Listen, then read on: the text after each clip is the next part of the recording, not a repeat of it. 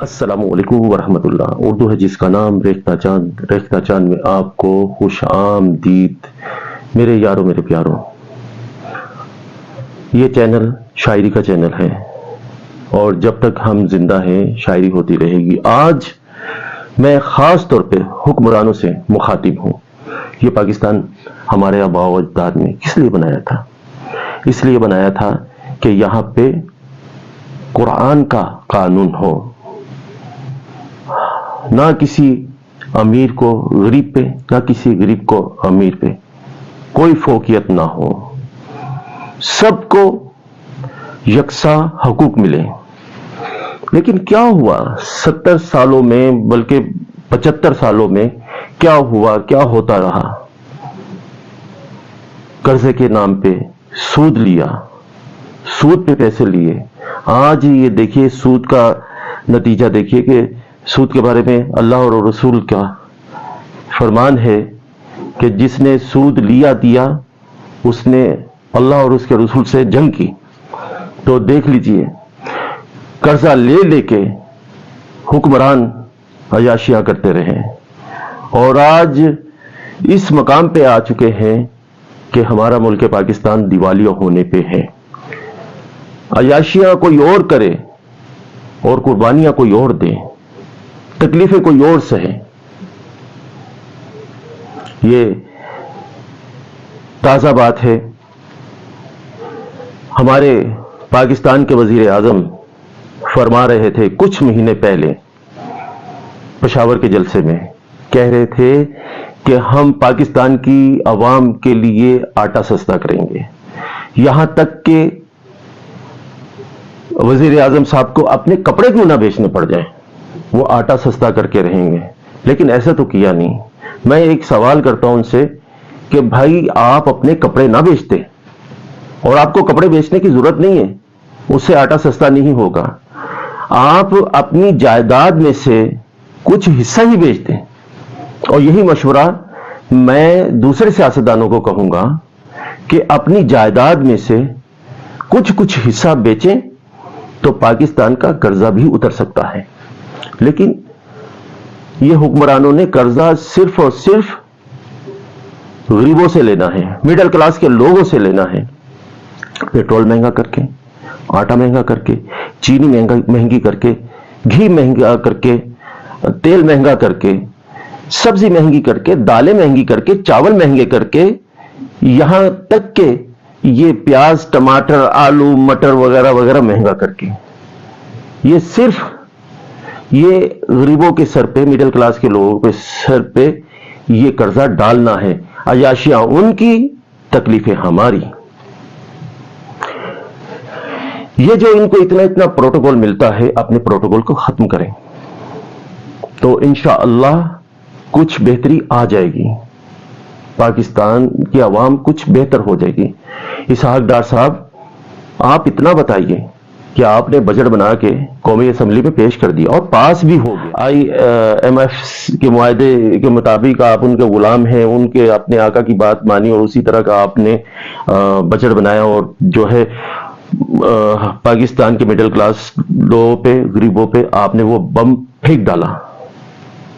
تو آپ مجھے یہ بتائیے کہ آپ کے اپنے گھر کا بجٹ کیا ہے؟ کیا آپ نے اس طرح کا بجٹ بنایا ہے کہ جیسے 20-25 ہزار میں ایک فرد کا، یعنی ایک گھر کا گزارا ہو جائے؟ آپ مجھے یہ بتائیے کہ آپ کے گھر کا بجٹ کیا ہے؟ اچھا چلیں اتنا کر لیں کہ آپ جو ہے صرف اور صرف جو ہے 30-40 ہزار کا بجٹ بنا لیں، جس کے گھر میں 5 افراد رہتے ہوں اور اکیلا کمانے والا ہو، اور اس کی تنخواہ جو ہے صرف 30-40 ہزار ہے۔ اب یہ بتاؤ کہ وہ گھر کا کرایہ دے گا، یا پھر کیا کہتے کہ پیٹرول ڈلوائے گا، آٹا، چینی، گھی، چاول وغیرہ وغیرہ لے گا، یا اگر کوئی بچہ بیمار ہو گیا یا وہ خود بیمار ہو گیا تو وہ اس میں کیا دوائیں لے گا؟ نہیں، ایسا نہیں ہو سکے گا۔ آپ کو غریبوں کے درد کا کیا پتا ہو، کیونکہ آپ اس درد سے گزرے ہو تو آپ کو اس بات کا احساس ہو نا دیکھیں ایسے کبھی نہیں بنتا، کچھ بھی نہیں سمجھ میں آتی بات جب تک انسان کو خود تجربہ نہ ہو جائے. آپ تجربہ کر کے دیکھیں، آپ دے دیں اپنی مال و دولت پاکستان کے خزانے میں، پھر اس میں آ جائیں ہمارے جیسے علاقے میں، لالو کھیت میں آ کے رہیں، ناز آباد میں آ کے رہیں، اورنگی ٹون میں آ کے رہیں، یا پاکستان کے کسی بھی شہر میں جا کے یا کسی بھی گاؤں دیہات میں آ کے رہیں، تو پھر آپ کو پتا چلے گا کہ دال آٹے کا بھاؤ. یہ سب باتیں کرنے میں تو بڑا آسان لگتا ہے کہ ہم سادگی اپنائیں، ہم فضول خرچی نہ کریں. یار ہم کیا سادگی اپنائیں؟ ہم تو پہلے سے بہت سادہ ہیں. آپ اپنے آپ کو دیکھیں، آپ کا ایک سوٹ جو ہے وہ لاکھوں میں آتا ہے، آپ کا ایک وقت کا کھانا لاکھوں کا ہوتا ہے. کبھی اپنے گرمان میں تو جھانک کے دیکھیے. اور یہ اس ملک کو اس مقام تک پہنچانے میں صرف آپ جیسے ہی سیاستدانوں کا ہاتھ ہے. ارے ابھی تو کچھ خیال کر لو، کتنی دیر رہو گے اس دنیا میں؟ اور ابھی تمہاری سانس بند ہو جائے، ابھی تو کیا منہ دکھاؤ گے اپنے رب کو؟ کچھ خیال کر لو، کچھ شرم کر لو. کچھ شرم ہوتی ہے، کچھ حیا ہوتی ہے. یہ آپ بھی جانتے ہیں کہ ٹیکسز کس پہ لگنے چاہیے، کس طرح لگنے چاہیے، کیسے ریکوری ہونی چاہیے، لیکن آپ اس پہ عمل نہیں کرنا چاہتے. IMF بھی کمال ہے کہ جتنے بھی ٹیکسز لگاتی ہے وہ مڈل کلاس کے لوگوں پہ لگاتی ہے. وہ ان کو آپ نظر نہیں آتے.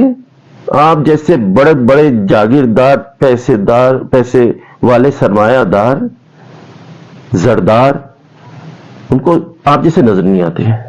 اچھا انہیں نظر نہیں آتا، انہیں بتا دیں کہ ہم بھی ہیں، اسحاق ڈار بھی ہے، نواز شریف بھی ہے، زرداری بھی ہے، عمران خان بھی ہے، یہ بڑے بڑے سیاستدان ہیں.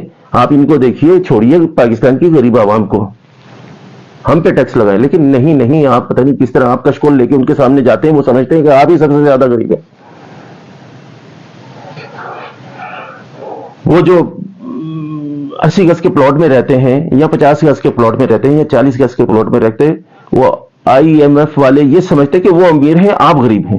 ارے یار کچھ خوف خدا کرو یار. میں پھر سے یہ کہوں گا کہ خیال کر لو، ہمارے اجداد نے لاکھوں قربانیاں دے کے اس پاکستان کو حاصل کیا. آج کچھ نادان لوگ یہ کہنے لگ گئے ہیں کہ یہ پاکستان بنایا کیوں تھا. آپ اس مقام پہ لے کے آ گئے ہیں پاکستان کو، لیکن ہمارے جیسے لوگ کسی صورت میں خدا کی ناشکری نہیں کریں گے. یہ پاکستان ہمارے لیے کسی نعمت سے کم نہیں ہے.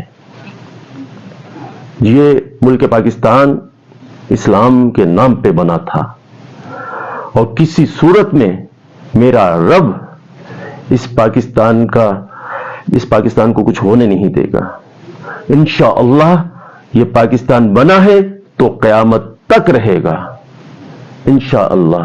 میں پھر سے وہی شعر دہرانے لگا ہوں اپنے اسلاف کی جانب سے: کسی ہوا کے بجھانے سے بجھ نہیں سکتا، کسی ہوا کے بجھانے سے بجھ نہیں سکتا، لہو سے ہم نے جو اپنے دیا جلایا ہے. اور جناب یہ وہ دیا ہے جسے دنیا کی کوئی ہوا بجھا نہیں سکتی. یہ ہمارے پرکھوں نے اپنے لہو سے دیا جلایا تھا. تھوڑا سا خیال کر لو، احساس کر لو. جب تم دنیا سے جاؤ گے کچھ بھی نہ پاس ہوگا، 2 گز کفن کا ٹکڑا تیرا لباس ہوگا. خیال کر لو.